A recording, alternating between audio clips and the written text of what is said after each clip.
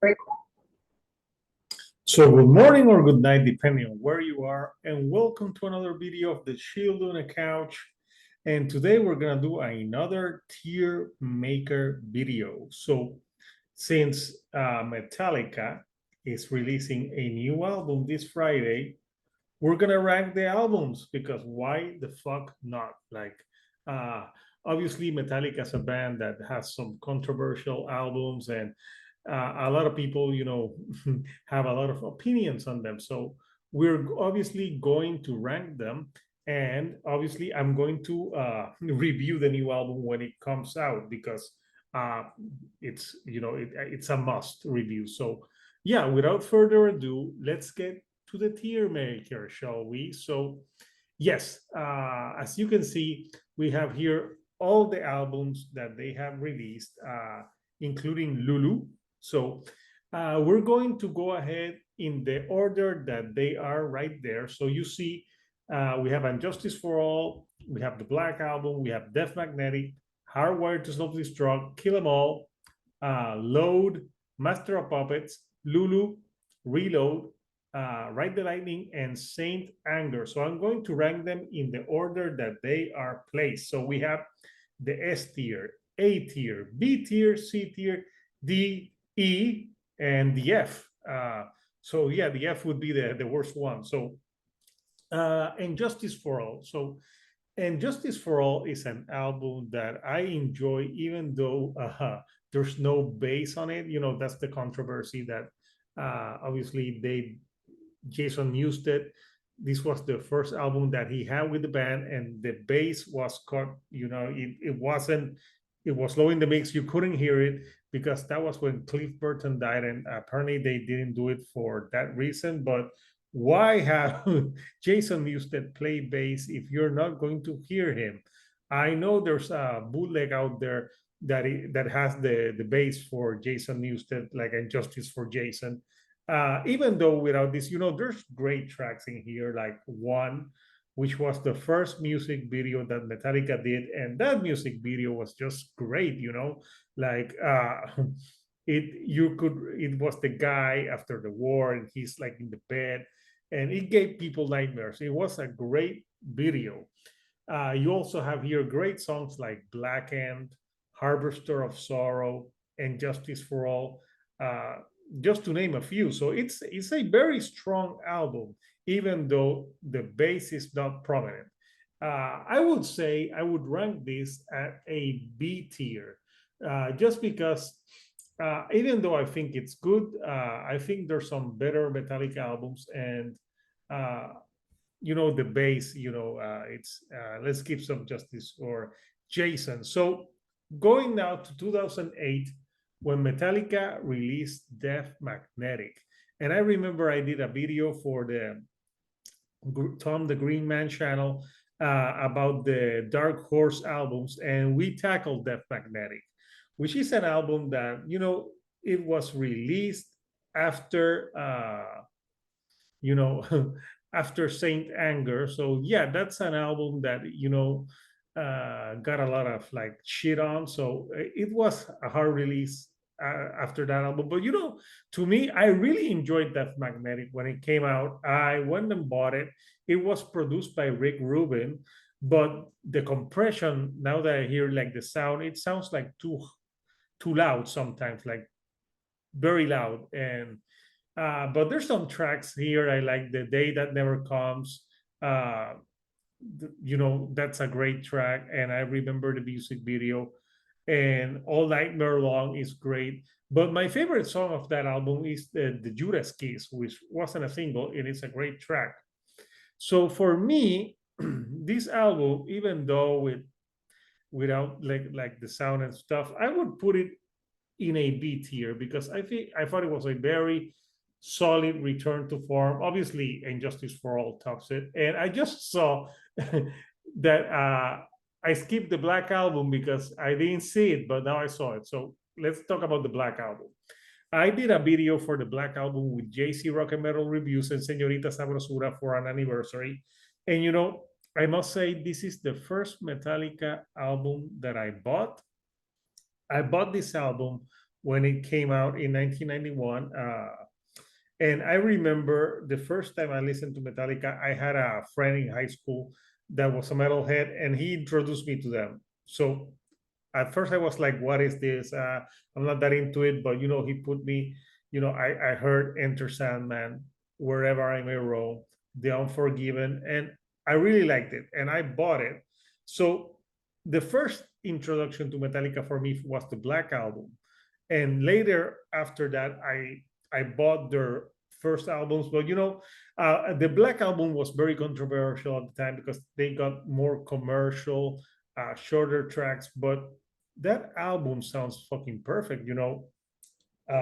Bob Rock did an incredible job with Metallica, because to this day that album sounds so great, and it's one of my favorite Metallica albums. So that goes straight up to the S tier. That's a classic album. I think people that criticize it should listen to it, because it's so great. It has like a perfect sound, and like even the deep cuts are great, like the God That Failed, for example, My Friend of Misery. Great tracks. Obviously, the single Sad But True. What can you say about the Black Album? It's aged really well, and it's still selling for a good reason. So now we're going to 2016 with Hardwired to Self-Destruct. And this was the second time that I saw Metallica live. I first saw them when they did the Death Magnetic tour. But with Hardwired to Self-Destruct, I remember I saw them in Puerto Rico, and they announced that show like 1 month. And Hardwired to Self-Destruct, it's an album that I enjoyed when it came out. I haven't gone back to it as much as other Metallica albums. I really like Moth Into the Flames. I like the first track, Hardwired to Self-Destruct. It's like a shorter track. It's okay. It's not amazing, but I think the best track on that album is Spit Out the Bone. I think that's the more thrash metal song on that album, and it doesn't get talked a lot about that song. But is it a great Metallica album that I would put at the top?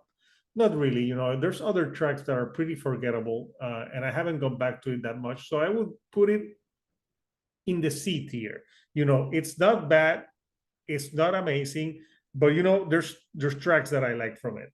So now we're going to the first Metallica album, Kill 'Em All, What Started It All. And this is a great album, but it's not actually my favorite from Metallica. Uh, I would say, it's a great introduction. Whiplash, the Four Horsemen. What can you say? Like I love hearing Whiplash and Seek and Destroy. Seek and Destroy is a great song that usually they play it at the end. But there's some other tracks here like I don't listen to as much. And I think if you listen to it, it's a solid debut, but I think it's a little bit raw sometimes, and I don't think it's their best. But obviously, it's a solid debut, and I would put it in the B tier. Obviously, no, this goes above Death Magnetic, but I like Injustice for All better than Kill 'Em All. So now we're going to Load, and Load came out in 1996, and I actually remember buying it because it came out the last day of high school for me. So I remember getting my car, like saying goodbye to high school and going to a record store and buying Load. I remember that I saw in MTV the music video for Until It Sleeps, and I really liked it. Yes, they cut their hair, they look different, the clothes, but I did like Until It Sleeps. And when this came out in 1996, I was really more into alternative rock and alternative metal. So this is an album that had more like a hard rock feel and alternative feel than metal or thrash metal. And since at that time I was listening to that music, it didn't bother me. Plus, I started listening to Metallica with the Black Album. Uh, I remember the cover when I found out that it was like semen. I was like, ew. But yeah, there's some tracks in here that haven't aged that well, like Ronnie. Ain't My Bitch. Uh, but I like Hero of the Day. Obviously, Until He Sleeps and King Nothing is a great track. And the last track on that album, The Outlaw Torn, was great. I I've always thought that if they took the best songs from Load and the best songs from Reload, it would be a better album. But nonetheless, it is still an album that I enjoy. I would rate it, it's not a B tier, but it's also not an F or an E or a D. It's a C. And I like it better than Hardwired to Self Destruct, actually. There's some better songs for me here for that album. So I would rate it above that one. So now we're going with Master of Puppets, a classic album that came out in 1986. And what can you say? Master of Puppets, the song, got more popular when it was played on Stranger Things. And I think, it's an album that I remember I liked the Black Album at first more because was my introduction.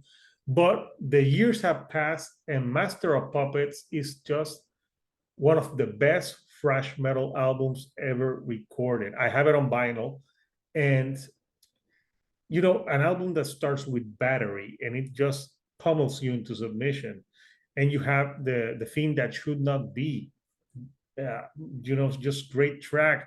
Welcome Home, Sanitarium, and of course, Master of Puppets, Disposable Heroes. This is just an amazing album that it gets the praise that it deserves.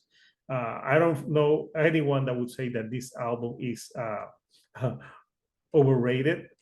So it's going right here in the S tier, and obviously it goes above the Black Album. Master of Puppets is just classic Metallica all the way through. It's an album that I never get bored of listening to, and the impact that that album had on heavy metal is just great.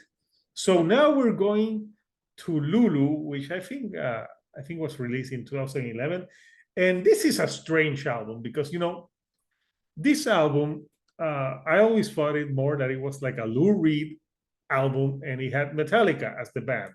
But you have it here in the playlist, and honestly, it's a strange album.